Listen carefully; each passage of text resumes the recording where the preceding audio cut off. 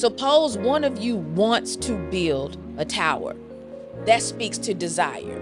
Nobody's mocking the building of this tower because Jesus says, if you don't plan, you don't count the cost. It's not me who's going to be ridiculing or laughing at you. It's all of these people who are going to watch you fail. Now, does that mean that all of your plans are going to come to fruition? No. But if we think that God is up there laughing at all the things that we want to do, that's how the kingdom gets stuck, because nobody's out here trying stuff. Hey y'all, hey, it's your girl Quay. Welcome back to the Heaven in Mind channel, where we imagine, inquire, and investigate topics around heaven, Jesus, and real life in Him. So here's the thing. If God is laughing at our plans, that means that He's actually mocking one of the ways in which we're made in His image. Because God is a master planner. Creation, hello, all of the ways in which God has planned for hundreds of generations of people from the beginning of time. Even heaven, eye has not seen, ear has not heard, neither has it even entered into the mind of man the good things that God has for those who love Him. God makes plans. So this idea that God is laughing at our plans just doesn't make sense to me. Plus, do you know when Jesus talks about being a disciple, what parables He uses for that? He talks about planning. So let's jump into Luke chapter 14. Starting at verse 25, Jesus talks about the cost of being a disciple. Large crowds were traveling with Jesus, and turning to them, He said, "If anyone comes to me and does not hate father and mother, wife and children, brothers and sisters, yes, even your own life, such a person cannot be my disciple. And whoever does not carry their cross and follow me cannot be my disciple." Jesus has just dropped this bombshell. He's using this very exaggerated language. You have to hate your mother and your father. You've got to hate your brothers and sisters. You've got to hate your own life. He's using strong language to convey a message here. Jesus is not really saying hate in the way that we would understand hate, but a comparative kind of love. Basically, he's saying, if the love that you have for me is not so far advanced than the love that you have for all of these other people and things, you cannot be my disciple. He makes it clear up front, I need to be the priority in your life if this is what you really want to do. So for him, he's laying out the cost of discipleship. Then he puts the ball in the people's court. Suppose one of you wants to build a tower. One of the things that I noticed is, number one, it does not say that God told you to build the tower. It does not say that God thinks the tower is a bad idea. Nobody's mocking the building of this tower. Jesus just says, suppose one of you wants to build a tower. That speaks to desire. You have a desire to build this thing. He goes on to say, won't you first sit down and estimate the cost to see if you have enough money to complete it? So now he's asking the question, you have this desire. Wouldn't your next steps be to plan for it? So it's almost as though Jesus is saying, if this is something you really wanted to do, who in their right mind wouldn't sit down and make plans? Who wouldn't sit down and count the cost? This is what you want to do. The next natural steps are to make plans. Verse 29, for if you lay a foundation and are not able to finish it, everyone who sees it will ridicule you. This is an interesting turn of events, especially when we talk about this notion of God laughing at our plans, because Jesus says, if you don't plan, you don't count the cost. It's not me who's going to be ridiculing or laughing at you. It's all of these people who are going to watch you fail. Why are you going to fail? Because you did not plan for the thing that you said you wanted to do. Verse 30, saying, this person began to build and wasn't able to finish. So it sounds to me as though Jesus is concerned about the ridicule you'll get from other people. Going on, verse 31, or now we've got a different parable. Suppose a king is about to go to war against another king. Okay. Again, nowhere does it say that God told you to go to war. No, nowhere in here does it say that you prayed about it. Nowhere does this say that the king got confirmation first. All it says is that a king is about to go to war against another king. Won't he first sit down and consider whether he is able with 10,000 men to oppose the one coming against him with 20,000? You are outmatched 2-1. Your 10,000, they 20,000. And he's saying, won't you sit down and consider before you make this decision whether or not you can actually withstand the power that's coming against you?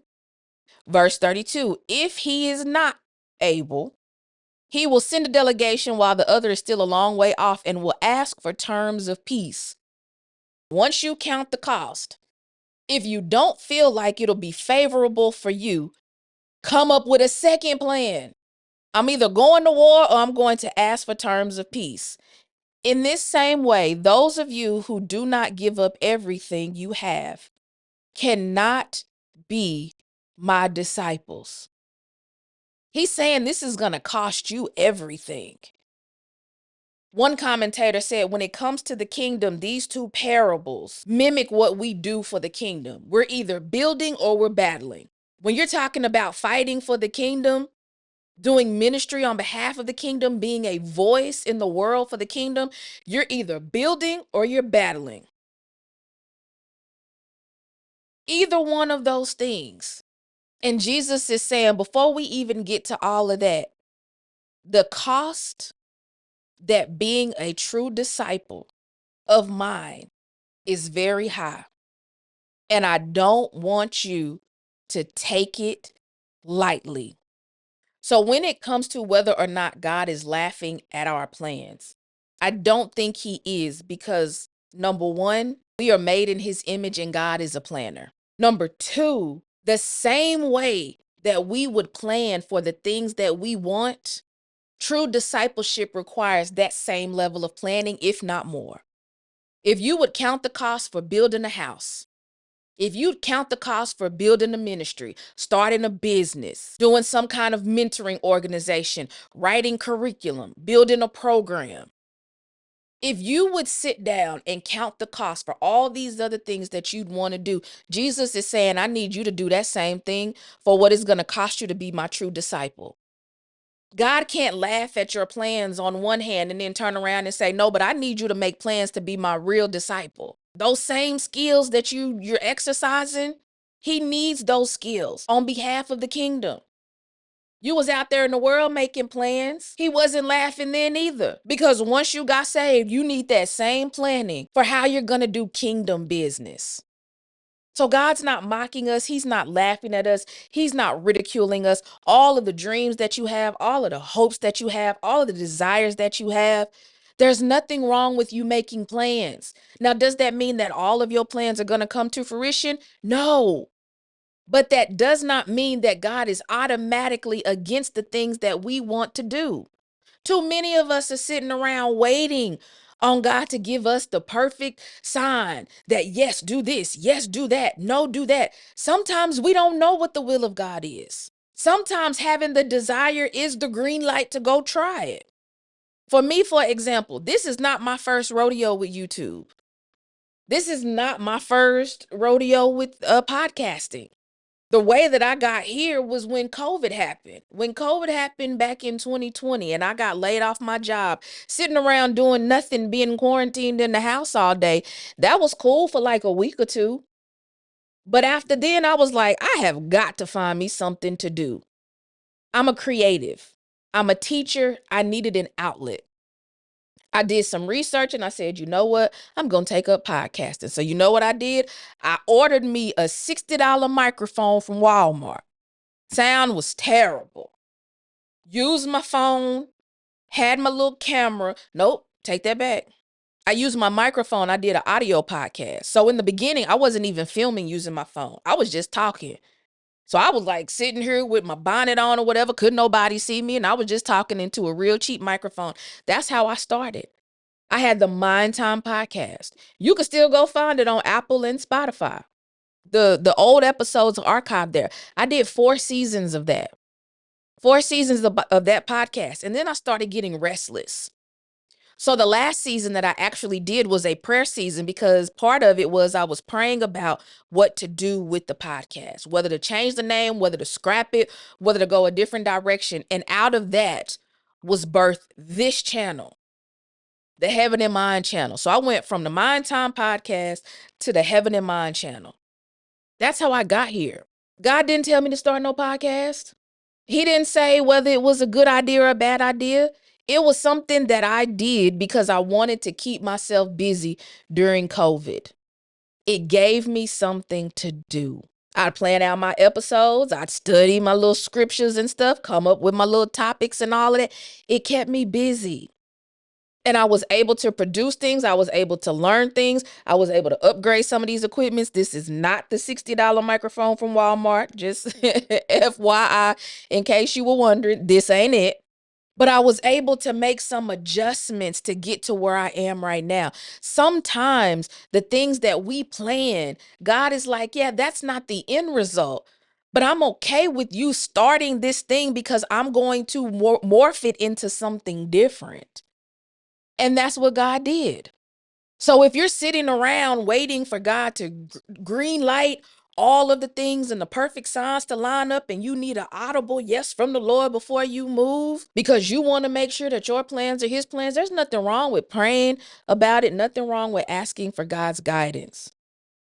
But what I am saying is, if you have a desire, if the door is open, count the cost, make the plans, and pray. Because the skill sets that you will learn in planning for the things that you want to do are the very same skill sets that God needs when he entrusts you with a ministry, when he entrusts you to be a voice for him, when he entrusts you on kingdom business, and most importantly, when you make up your mind that you want to be a true disciple of Christ. So God's not laughing at your plans. All of your big dreams and desires, they mean something. The Bible says that if you delight yourself in the Lord, he will give you the desires of your heart. Delight yourself in who he is and what he's about. And then he will help some of these plans come to fruition. But if we think that God is up there laughing at all the things that we want to do, that's how the kingdom gets stuck, because nobody's out here trying stuff. The kingdom can't go and take force if everybody in the house praying about, well, God, what we supposed to do? God says you had a desire. I gave you the desire. Go try some stuff. Plan. Get you a plan in order. Figure it out. But we can't be afraid to chase after the things that we desire, especially the kingdom things, because we're afraid that God is laughing at our plans, because I don't believe that he is. He needs you to be the kind of planner that he is. He needs you to have that foresight. Let's go here. I got one better for you. Colossians chapter 3, verse 1. Since then, you have been raised with Christ. Set your hearts on things above, where Christ is seated at the right hand of God. Set your minds on things above, not on earthly things. How do we set our minds on things above? We plan for our eternity. We make plans for the future. We don't just live our lives as though this is it. We are forward-thinking people. Why would we be forward-thinking people? Because our Creator is a forward-thinking God. Let's go here. Let's just go on and do Bible study for real, for real. Let's go here. Treasures in heaven. What is this? Matthew 6 and 19. Do not store up for yourselves treasures on earth where moths and vermin destroy and where thieves break in and steal. Verse 20. But store up for yourselves treasures in heaven where moths and vermin do not destroy and where thieves do not break in and steal. For where your treasure is, there your heart will be also. He said, don't store up your treasures down here. Well, in order for you to store up treasures in heaven, where does your mind have to be? On heaven. You got to make plans for the future. Planning. It's okay to make plans. And God is not laughing at your plans. He'd actually like to talk to you about them, because you have no idea how your plans align with his. He'd like to actually sit down and talk with you about them. Take your plans to him. But don't just stop planning because you think God is laughing at you. In order for the kingdom to continue to move forward, we need people who are operating in their God-given gifts of planning, because our Creator is a master planner from start to finish.